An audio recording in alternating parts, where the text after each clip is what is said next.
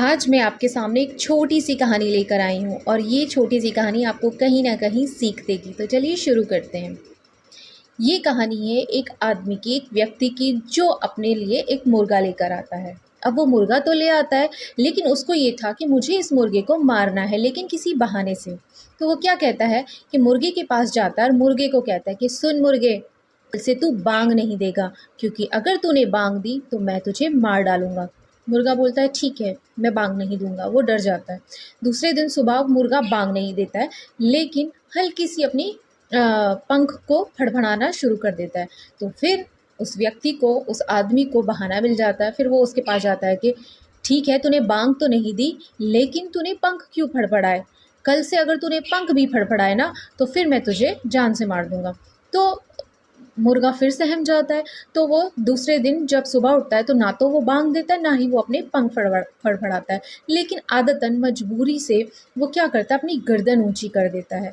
तो इस पर भी वो आदमी आता है उनके पास और कहता है कि सुन मुर्गे, तूने अपनी गर्दन ऊंची क्यों की? तुझे गर्दन ऊंची नहीं करनी चाहिए। अब अगर तूने कल गर्दन ऊंची की तो मैं कल तुझे जान से मार दूंगा।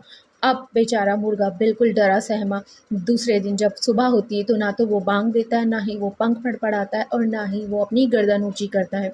ये सब देखकर वो आदमी सोचता है कि अब मैं इसे ऐसा क्या कहूँ कि ये जो है, ये अपना मतलब ऐसा कुछ काम दूँ मैं इसे कि ये वो कर ना पाए। तो वो मुर्गे के पास जाता है और बोलता है कि सुन मुर्गे, अब कल से तू मुझे अंडे देगा। अगर तूने मुझे अंडे नहीं दिए तो मैं तुझे जान से मार दूंगा। ये सुनकर मुर्गा बहुत हैरान हुआ, परेशान हुआ कि मैं तो मुर्गा हूँ, मैं कैसे अंडे दे सकता हूँ? और वो डर के मारे रोने लगा।